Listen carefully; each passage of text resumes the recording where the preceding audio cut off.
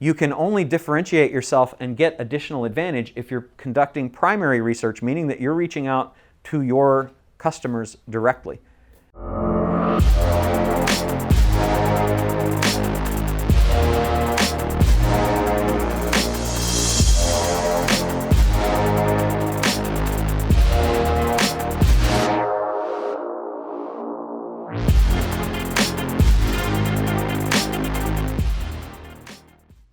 Most of wildly successful business growth happens because you're thinking, not because you're doing something. So I'm going to talk a little bit about strategy. So the very first thing you should be asking yourself is, how am I going to beat the market? The three important things for you to think about are, who are your competitors? Identify specifically who your top competitors are.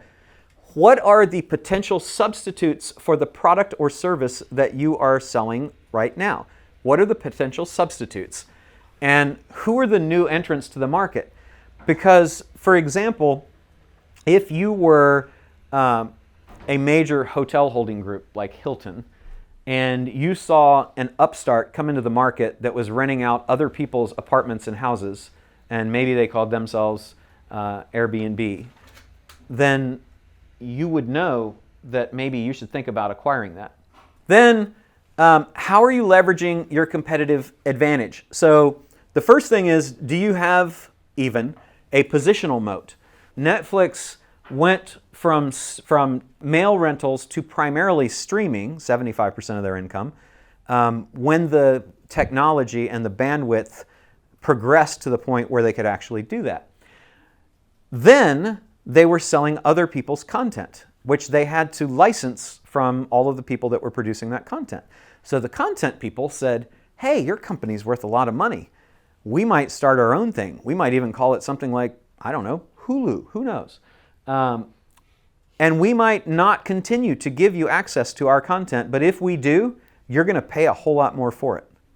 And so Netflix said, that is a threat, and we have an opportunity now, because we have over 100 million subscribers, to do our own content. And so they said, we're going to be our own studio. We're going to produce our own content. The first deal they did was an 80 million pound plus deal with Kevin Spacey to produce a thing called House of Cards. And House of Cards became wildly successful. But think about this. If, and I'm going to change the number just so we can do math easy. Let's say it was 100 million pound to buy the rights to House of Cards. But they had 100 million subscribers. On a per subscriber basis, how much does that cost them to acquire that content? Right? $1, right? £1, right? But that's because they have a positional moat of 100 million subscribers. So think about, what is your positional moat that is good for you, and what is the positional moat that the competition has, and how can you counter the moat that they have? Then the next thing would be, what are your privileged tradable assets? Your privileged tradable assets are basically your IP, your intellectual property. So what are your patents, trademarks, copyrights? Those are the usual suspects. But you also have customer lists and brand and other things that are worth money. And then what are the unique skills that you have that others don't? And if you don't have unique skills that others don't, then you better find some fast. You can buy them or you can develop them. Then we go down to competitive segment granularity. With your product category, the segment of the consumer, and consumer can be business or individual type people, and geographic territory, how granular have you segmented that? Because the recommended by the top strategists level of granularity is that you've got 30 to 50 segments. So you want to think about, for example, you might think, Rick, I don't know much about roping, but I'm going to say maybe there's like a natural hemp lariat, and there's a synthetic lariat, and there's 16 different styles, and there's 5 different events that rodeo folks do roping in. I have no idea, right? But that's the level of granularity that you want to be thinking about, because then you're gathering data on cohorts. Cohort's just a fancy way of saying a group, right? you're going to be gathering data on those particular cohorts, and you're going to see the ones that have the greatest opportunity. You're going to see the ones that movement is in, and it's going to make a huge difference in your ability to take action to spot trends and margin enhancing improvements and margin damaging improvements, because you may see that one of those really small cohorts is only producing a return on investment. Maybe it's a negative return on investment when you look. But if you don't break them down into cohorts, you're thinking only about a combined mix of everything. And so thinking about that individual cohort, that individual granularity with respect to your category of product, your customer segment, and the geographic territory, and maybe people in Dallas are significantly more interested in a particular kind of product than people who are in Minnesota or, Then we move to trend informed. So you'll see in a minute why trends are so important, but you want to understand, and you should be really informed about, if I ask any of you, what are the trends in insert your business here, you should be able to tell me with great detail.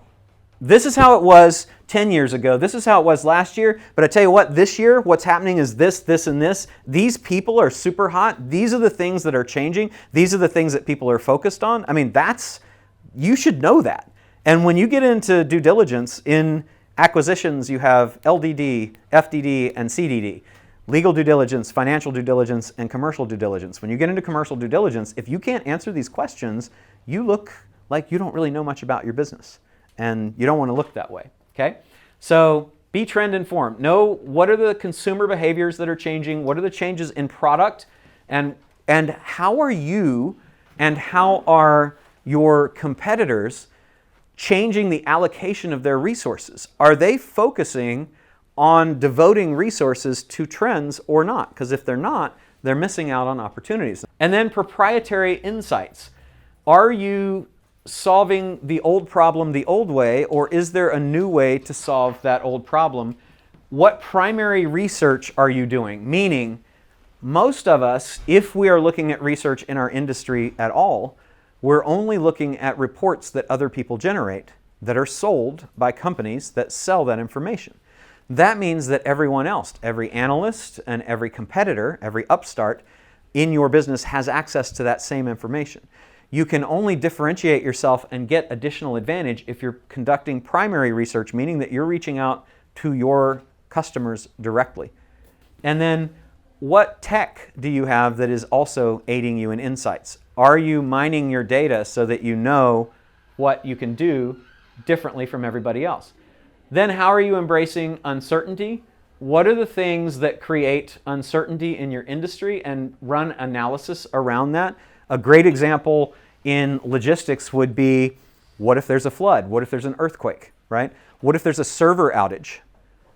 How do you do with that? What's the redundancy? What's the backup? And what are the scenarios when that happens, when your site goes down, that you're able to recover from that quickly? Then balancing commitment and flexibility. So here, what are your big bets that have risk? And when you're making those big bets, how can you minimize the downside risk? What are the positions that you're absolutely committed to? And what are the things that you're willing to do that you absolutely know that if you do that, you will have no regrets? And then, are you bias aware? Are you aware of the things that are causing you to think a certain way? Are you overly optimistic because you're a super positive person? Are you anchoring? Are you tying something to a cause that might not necessarily be the cause? Like, does it rain because there are clouds in the sky, right? Then are you affected by loss aversion? Because unlike the optimist, you're just afraid everything is going to die. Confirmation bias. Are you only looking for information that supports the things that you want to do? Are you following the herd because everybody else is doing it? Is there champion bias because someone in your organization or someone that you look up to, like a Branson, is like, Branson is going into space. Elon Musk is going into space. All the rich kids are going into space. We should go into space too. That's champion bias. Survivorship bias is you're only looking at the successes to make your decisions. You're not looking at all the people that failed. Then you get to halo effect. Is the success that you've had in something casting a positive pall over everything else? And then last but not least, I mentioned before, pre-mortem analysis. How about thinking about things as if they didn't go right the first time? And then your commitment to action, influencer advocacy, in that within your organization are the teams and the influential people on the teams on board with this. Because if you get influencer advocacy, that leads to team buy-in, and if you got the influencers in the team, it ends up being cultural assimilation. And then last but not least, is the strategy actionable? Can you actually do it? Have you allocated the necessary resources? Have you shifted the personnel and the thinking of the personnel to do it? And have you provided the actual budget in terms of finance?